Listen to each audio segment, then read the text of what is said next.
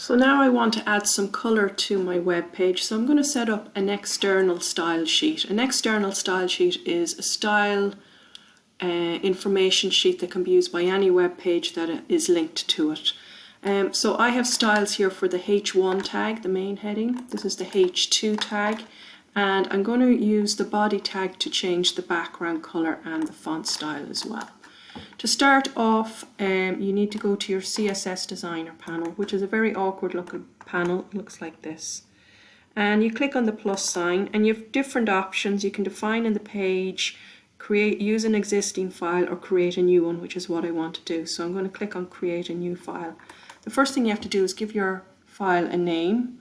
So I'm going to call it Dublin. Again, use small letters, and this will be called dublin.css.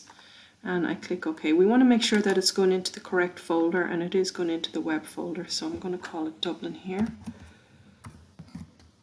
Okay, and it will be dublin.css, and click OK.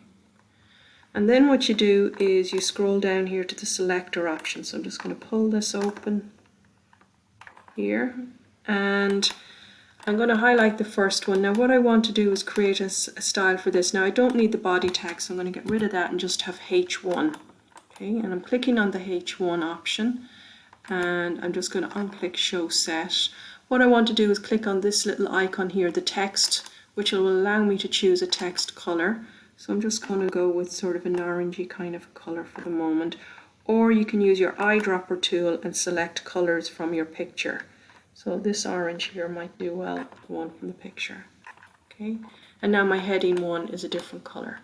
Now I'm going to create a style for the heading 2, and I accidentally created heading 2 here, but I want to rename it. I don't want the word body in front of it, I just want H2. So I click on H2, I click on T for text, and I'm going to choose a color. So I'm going to go with the blue here in the Dublin bus color. Okay.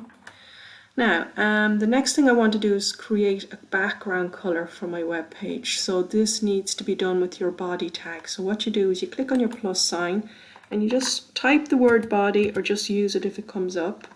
And this will allow me to use my background color, which is in this option here. So here I can choose my background color. So I'm going to go in and choose this light gray from the color of the picture.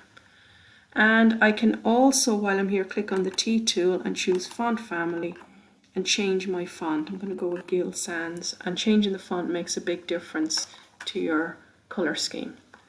Other things you can do, you can go back to your heading 1, click on your text options. You can underline it if you wish.